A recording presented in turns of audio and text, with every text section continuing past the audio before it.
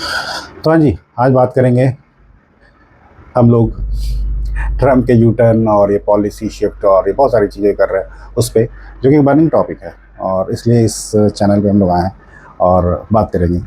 और मेरे हिसाब से जो रीसेंट H1B का मुद्दा है वो पॉलिटिकली मोटिवेटेड तो है ही, at the same time Americans के लिए वो सही है, लेकिन वी एज ए इंडियन हम लोग के लिए एक बड़ा सेटबैक है ये। और ये एक रिमाइंडर है कि अगर आप कोई वर्ल्ड क्लास प्रोडक्ट नहीं बनाते हो या वर्ल्ड क्लास कंपनी नहीं बनाते हो जिसके यूज़र्स ग्लोबल हैं, लोग या बिजनेस यूज़र्स या इंड यूज़र्स ग्लोबली अगर नहीं है, तो आपके साथ ऐसा हो सकता है। क्योंकि इंडिया का जो मोस्ट जीडीपी कंट्रीब्यूशन है सर्विसेज सेक्टर से आता है, राइट, जिसमें और फॉरेन रेमिटेंस भी है एक पार्ट उसका।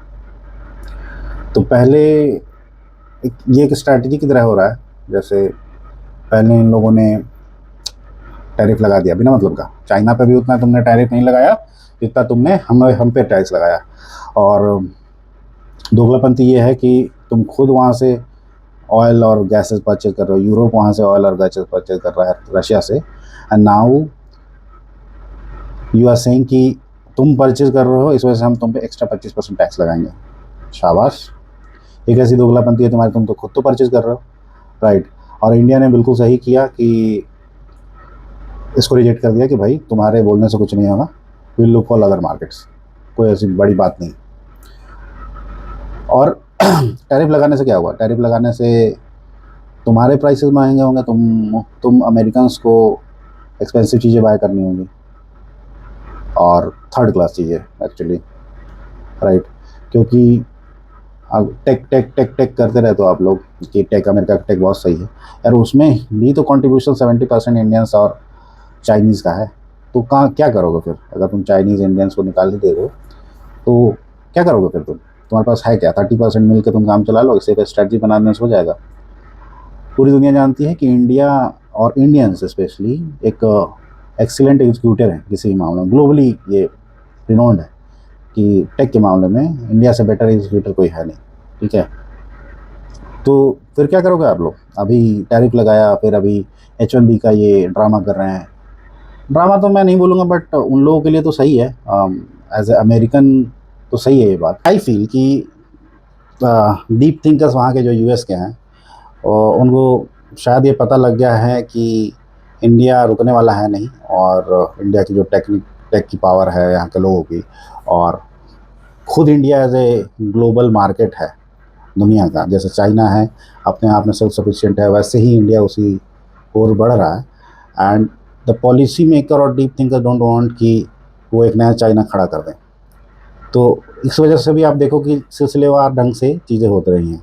जैसे इनिशियली था कि कैंपेनिंग में ट्रम्प के था कि H1 वीज़ा को अपोज करेंगे, लेकिन फिर प्रेशर आया इलॉन मस्क का, तो इन्होंने बोला कि नहीं, H1 वीज़ा को अपोज नहीं करेंगे। जब ट्रम्प अलग हुए तो इंडिया पे टैरिफ लगा दिया 50% का, जो कि कोई सेंस नहीं बनाता जिस एक्विजिशन को लेके लगाया।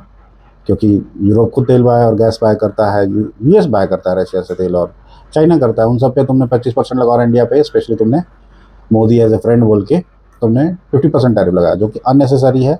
और ट्रम्प तो 4 साल का मेहमान है, फिर क्या करेगा? क्योंकि इंडिया और यूएस का जो रिश्ता इतने सालों में इन लोगों ने सब मिलजुल के मजबूत किया, और डिफेंस के समझौते और ये कॉन्ट्रैक्ट भी होने लगे थे, तो उस सब को ट्रम्प ने मिट्टी में मिला दिया। एंड एक सिलसिलेवार आप देखोगे कि ट्रम्प ज़बरदस्ती वहाँ के डेयरी कंपनीज़ को, सीड्स कंपनीज़ को, और जो मोटे अनाज बनाते हैं उन कंपनीज़ को यहाँ परमिशन देना चाहता है, और मोदी ने स्ट्रेट अवे रिजेक्ट कर दिया। तो काइंड ऑफ किस यानी बिल्ली खम्मा नोचे वाली बात है कि क्या करेगा, तो टैरिफ लगा देते हैं, ये कर देते हैं। और एक सिलसिलेवार ढंग से आप देखो कि पहले टैरिफ लगाया, यूरोप पे प्रेशर बना रहा कि तुम भी टैरिफ लगाओ। अभी रिसेंटली न्यूज़ अगर आप देखोगे कि चाबहार जो पोर्ट बना दिया इंडिया ने, मतलब अब ऑपरेशनल होने वाला था, 4700 करोड़ लगे बनाने में चाबहार को, और उसमें सब्सिडी मिल रही थी उधर से यूएस से, उसको भी बंद कर दिया। अब इतना 2700 करोड़ जो लगाया इंडिया ने, जस्ट कि Iran nuclear deal and all that नहीं मान रहा। तब तुम्हें कुछ विज़न है या नहीं है? ये पहले तुम लोगों को नहीं बता रहा था कि ये कंट्री मानेगा या नहीं मानेगा? मतलब जैसा तुम्हारा अपना पॉलिसी शिफ्ट रात रात में कुछ और पॉलिसी होती है, सुबह कुछ और पॉलिसी है, तो वैसे दूसरी कंट्रीज नहीं चल रहा है ना, रातों रात पॉलिसी नहीं चेंज कर रहा है दूसरी कंट्रीज। तो अब वहाँ भी इंडिया को एक बड़ा डेंट मिला, टैरिफ के रूप में डेंट मिला। यूरोप से को प्रेशर कर रहा, H1 वीज़ा पे बैन लगा रहा और फी लगा रहा इतना। तो व्हाट आई बिलीव कि overall they know deep down कि इंडिया जो है इकोनॉमिक पावर और टेक पावर बनने वाला है, इस वजह से किसी तरह इंडिया को नीचे करो, डेड इकॉनमी बना दो। तो लेकिन ऐसा होने वाला नहीं है, और फिर से आप यू टर्न लेते हो। पहले बोला कि हम $1 लाख लगा देंगे 21 तारीख या 22 तारीख से, कोई भी जो बाहर भी गया उसको रिटर्न करने में, स्टैंप लगाने में उसको $1 लाख देना पड़ेगा। अब जब प्रेशर पड़ा तो ये पॉलिसी गॉड नोज कैसे ये लोग फॉर्म कर रहे हैं और कौन ज्ञान दे रहा है ट्रंप को। मेरे को लगता है जैसे राहुल गांधी को सैम पित्रोदा ज्ञान देता रहता है उलूल जुलूल कि देश का बट्टा ही बैठ जाए, उसी तरह वहाँ पे मिला हुआ इसे कि क्योंकि ऐसे ओवरनाइट पॉलिसी ऐसे बिना डिस्कस किए आप लगा रहे हो तो आप तो चले जाओगे 4 साल में। ओवरऑल ग्लोबली आपकी इकॉनमी वहाँ की कंपनी से ही चल रही है, सर्विसेज से चल रही है जो ग्लोबल लोग यूज़ करते हैं। आप उन कंपनियों के रेवेन्यू पे भट्टा लगाओगे तो ये टोटल ऑल इन ऑल जो है रेवेन्यू पे भट्टा लगाना ही है। तो क्या इससे अमेरिका सुपर पावर और बन जाएगा, जो आपका डेथ खत्म हो जाएगा? या आप चिंदी चोरी जो कर रहे हो, जैसे 60,000 65 या 70,000 के अराउंड लोग जाते हैं ईयरली।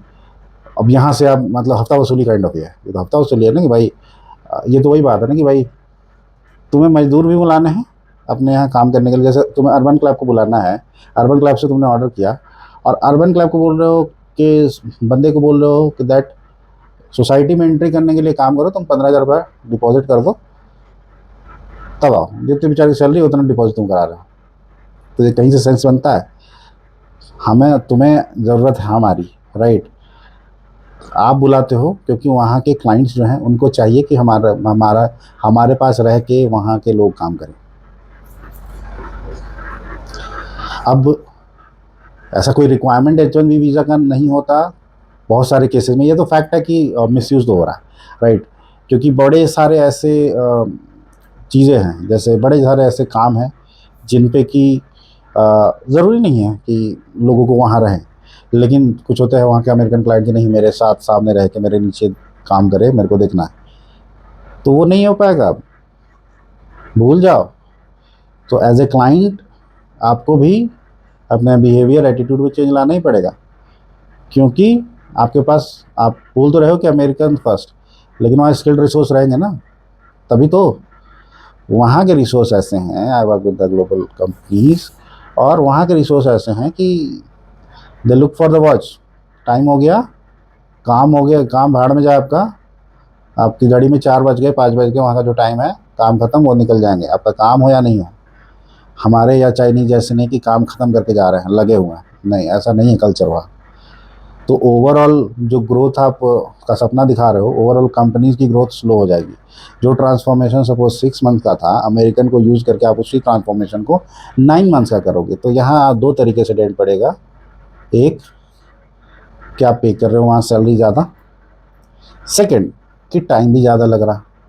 तो सपोज 1 लाख रुपए का कोई प्रोजेक्ट है, राइट, 6 महीने के 1 लाख रुपए का सपोज कोई प्रोजेक्ट है, उसके लिए तुमने 50,000 के बंदे हायर के, 50,000 सपोज प्रॉफिट है, तो अब वो 9 महीने लग रहे हैं उसी काम करने में, या 12 महीने लग रहे हैं, तो क्या प्रॉफिट जाएगा आपका? प्रॉफिट गया, ओवरऑल प्रॉफिट डाउन जाएगा कंपनियों का वहाँ। तो क्या करेगा? रेवेन्यू बढ़ाना मतलब प्रॉफिट बढ़ाने के लिए ऑब्वियस बात है हेड काउंट कम करेंगे, हेड काउंट कम करेंगे और जो एग्जिस्टिंग वर्कफोर्स है उससे ज़्यादा काम लेंगे, और वो काम उन वर्कफोर्स को काम करने की ज़्यादा देर तक आदत नहीं है, क्योंकि नर्चर ही हुआ है साल 1.5 से उसी फॉर्मेट में, तो काम करने की आदत नहीं है, तो अचानक से काम करने की आदत कहाँ से आएगी? तो जब प्रेशर डालोगे तो वहाँ वहाँ के लोगों का मेंटल वेलबींग पहले से ख़राब है, loneliness and all that will करे, और प्रेशर डालो काम करने के लिए और मेंटल वेलबींग ख़राब होगा वहाँ के लोगों का। तो ओवरऑल जो ट्रंप है, ट्रंप ने धकेल दिया है ओवरऑल अमेरिका को कि डाउनफॉल, चलो let's go for the downfall, बहुत हो गए हम लोग, America great. right? Let's go for the downfall, and let the other country be the leader of the globe.